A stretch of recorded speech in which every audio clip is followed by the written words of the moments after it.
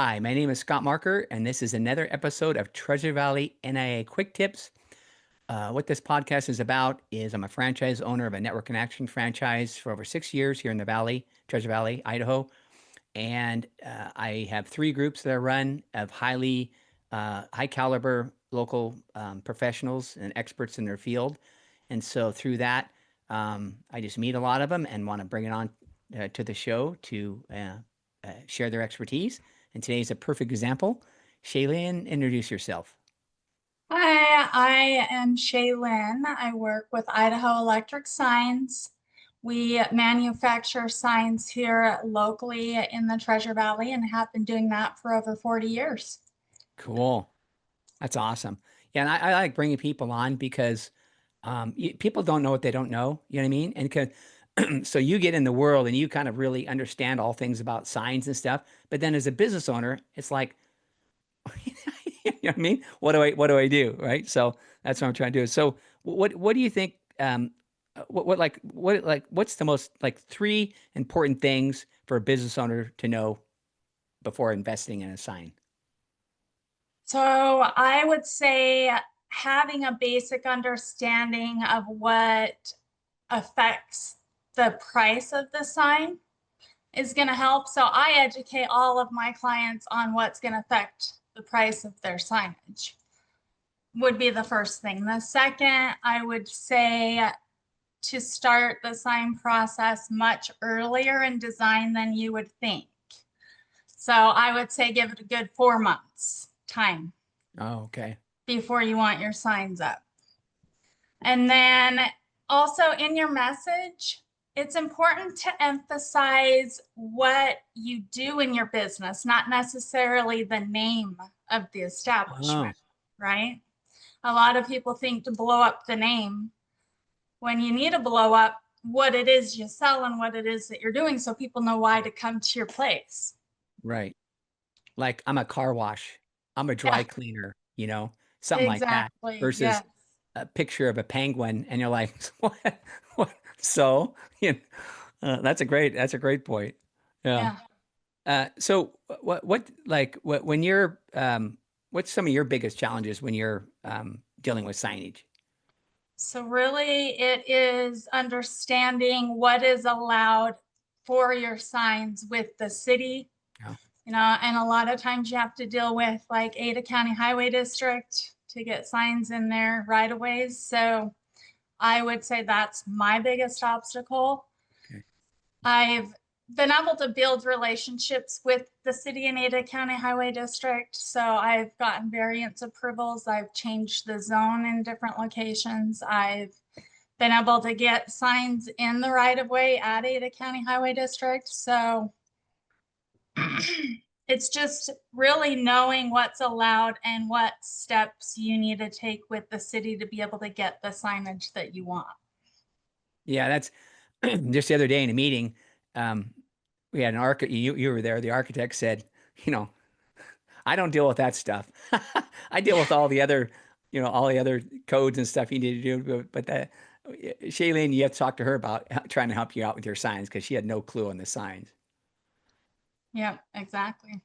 Yeah. So it's like, again, that's another reason why going to the right person like you, because now you can help them with the sign. You can kind of help them also kind of understand some of the zoning things that, hey, I want this huge sign. And you're like, there's no way it's gonna, I mean, I'm sure I don't know, but like, I mean, there's a lot of times where you can't just build a great big huge sign as a business on a, because there's a lot of, it depends where it's at in the city. I mean, there's all these different variables. Is that what it is? Yes, and there's certain height restrictions in certain areas, certain lighting restrictions in different areas. So, yeah, they tell you what you're allowed, how much signage you're allowed in square feet. And so, like, if there's an existing pylon in an area that has been there and has been grandfathered in for a long time, you can have that same height only if you don't change anything on that sign at all. You can make it Okay. look a little better, but you can't change that sign. So if you do, you have to go down to what is the existing allowance. And in some areas, that's quite a height restriction. Not get the sign you It want. could go from 25 feet to 6 feet. I mean, that's a Wow. big, yeah. Yeah. Like I said, over the years, I remember seeing some signages on some like a restaurant that I won't mention it. I don't know if they're still there anyway. And it was like the smallest sign I've ever seen in my life. And it used to be huge, but then they remodeled it and everything. And somehow they didn't get the new sign because it was like miniature. Yeah. Uh, so, uh, when I'm a business owner and I want to hire somebody that's awesome like you, what are some things I should be asking you? Okay. So I would say one of the most important questions to ask would be, do you design your signs in-house or does somebody do that for you? Okay. Right? So you get an understanding of if they're a sign broker or if they're actually building and doing the signs themselves. Okay. The second question would be, And, do and you, on that one right there. So what do you guys do? we manufacture, we do everything in-house. Okay. So So we you're actually, say that again. no, so yeah, so you guys can really be like really alongside the business owner the whole time because you're actually working with your team to do what they want Exactly. And and we not have a not pawning it different off to somebody team else. Yeah. for each part of your sign design experience. So we have an in-house design team, Okay. right? So if you don't have a design, we can actually come up with a design for you and create that for you. And then it's about, putting that design into an actual sign. And we have digital machines that cut and bend all of our signs. So everything's going to stay the same throughout your design if you want to duplicate your signage. Cool. So there not I kind of sorry to interrupt that, but that was a that the questions like to ask you. So So the that was actually my next question I was going okay. to say you should ask, and that is, do you hand bend and cut your signs, Okay. or do you use digital machines? So you'll want to ask them that, because that's going to show you the integrity of your signs, right? And then the last one I would ask is, do you warranty your work, and are you the one that services your warranty? Oh, okay. Right? Because if it's a broker, they'll tell you that they have a warranty, but they're not actually the ones that's going to show up to be servicing that warranty when you call on that. So like for example, it's an electronic sign that's lit up and all of a sudden part of it just doesn't light up anymore.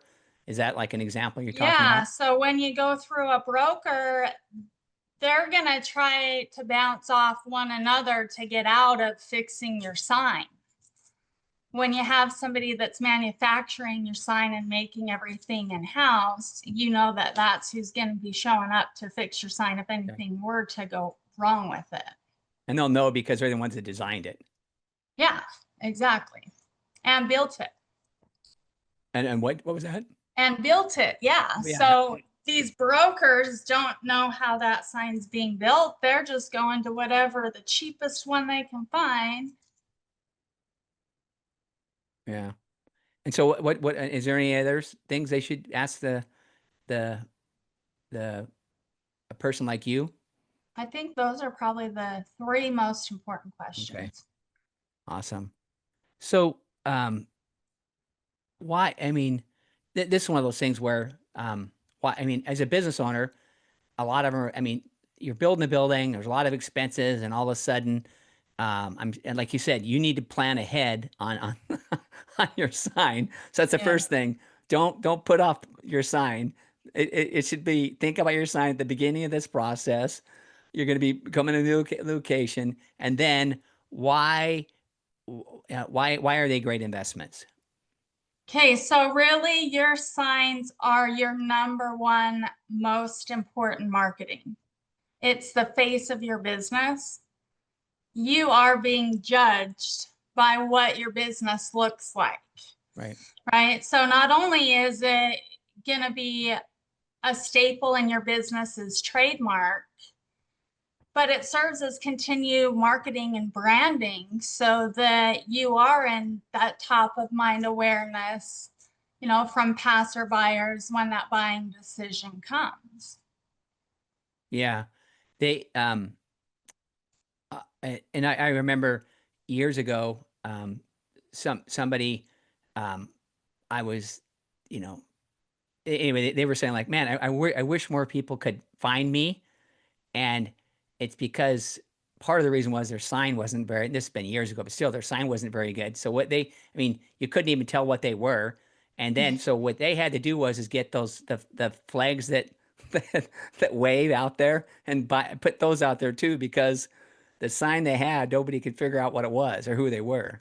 So that's Yeah, probably what you're talking about right there, is that you got to brand yourself. And then back at the very beginning, you said and also make sure that people know what you do on your sign.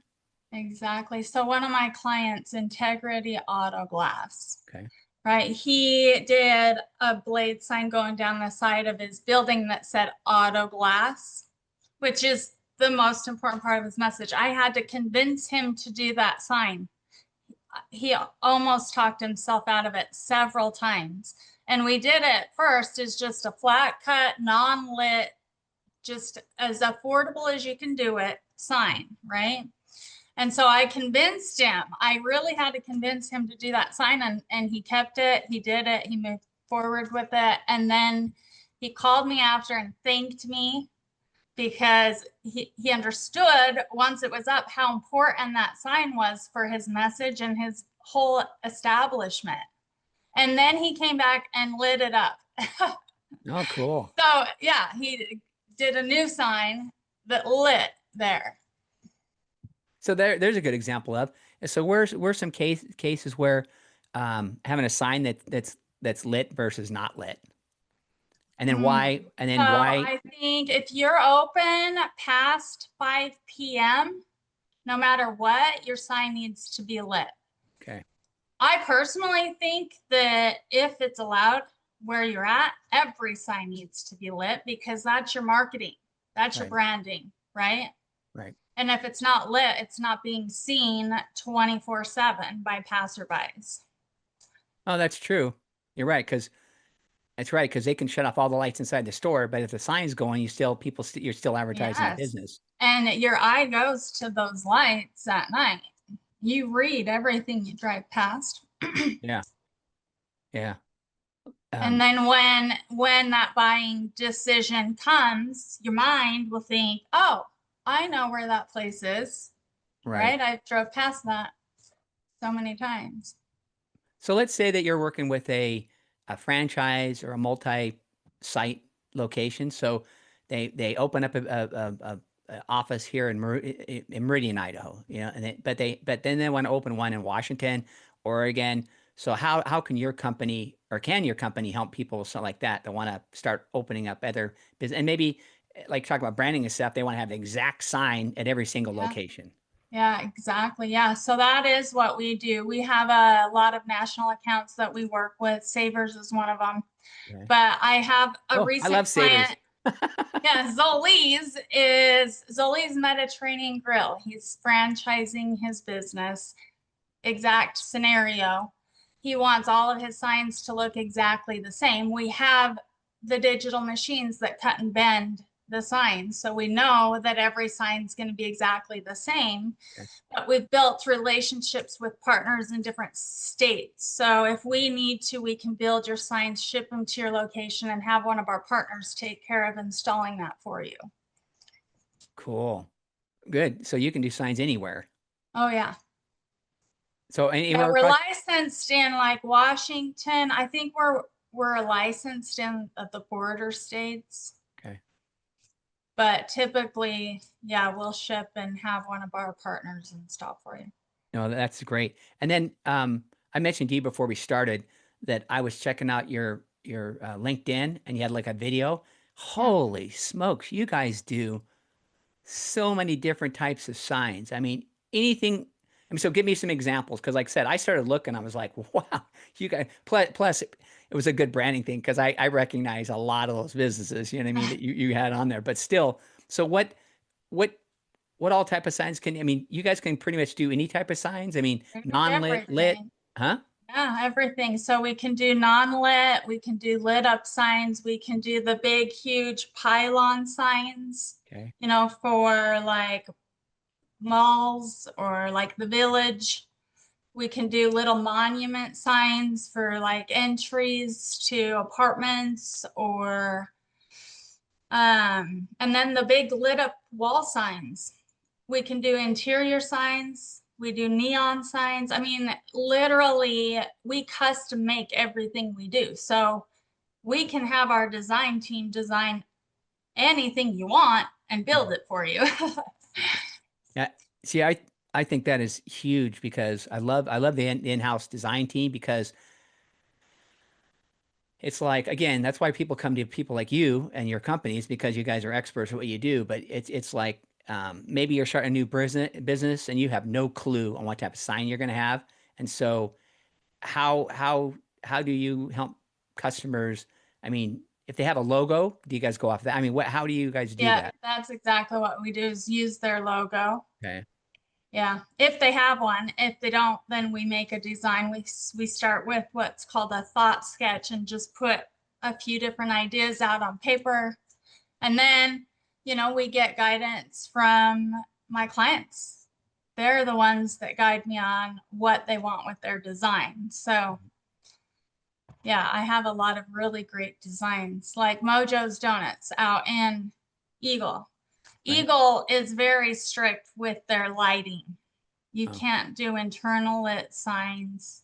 You can only do neon out there. It's really restrictive. And so we were able to come up with a really cool design out there that popped and had color, but still fit within what they allowed. Well, that's great. Again, that's why people come to you guys because there's all these rules and stuff that business last thing a business owner wants to deal with is like trying to figure out, they want a wonderful sign, but how do you get a wonderful sign, Right. and fit with all the rules and regulations and all that stuff because it's just like you just can't put up a sign. It depends on so which city's one of the easiest cities to work with? I would say like Nampa. Nampa's pretty Where I'm easy. at, Boise. yay. Boise's pretty easy. Okay. Eagle's the most difficult. You need to plan on permitting months out there. Wow. Yeah, it took me like 3 months to permit a sign last time I permitted one out there.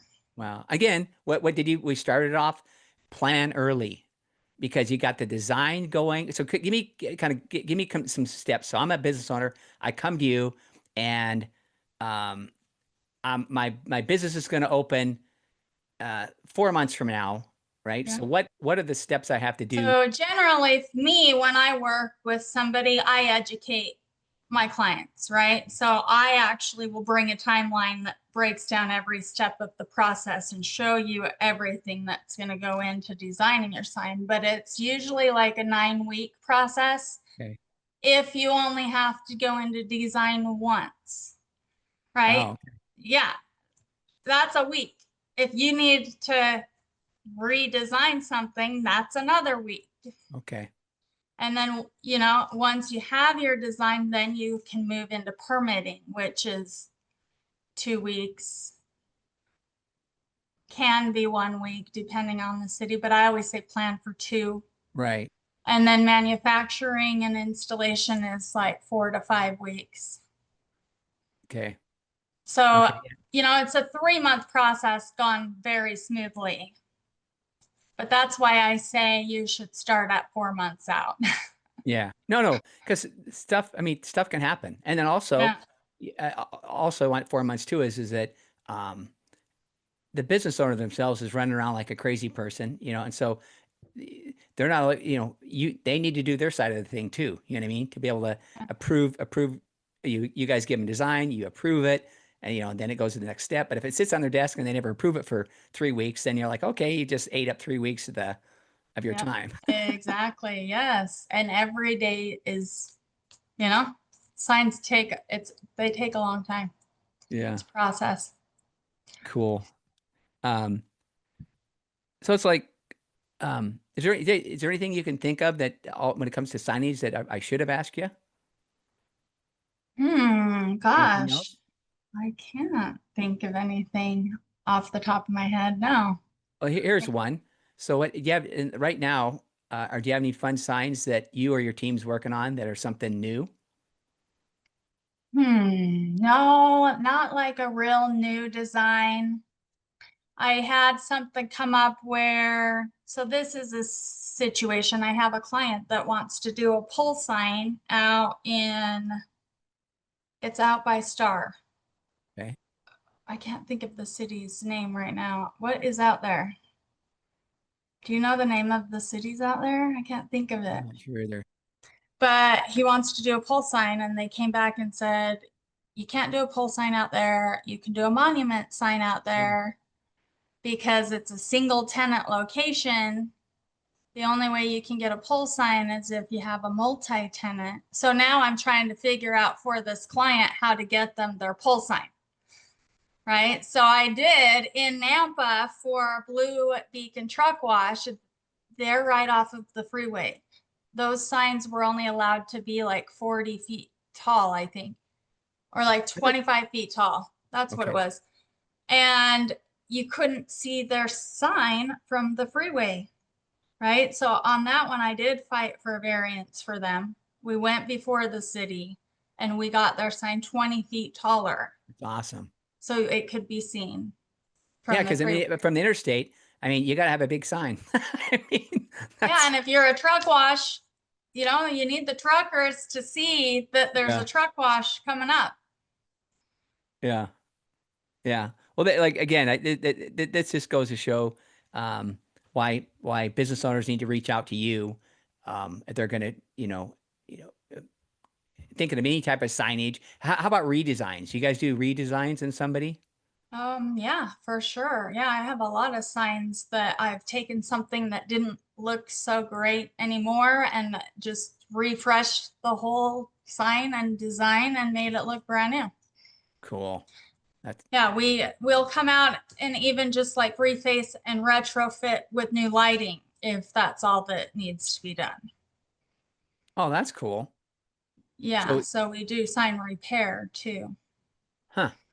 So new signs, redesigns, and then fixes on old signs that maybe are needing help. Yeah, Maybe and if you have a unique situation where you need help with the city, I mean, that's a good time to reach out to somebody that knows what they're doing.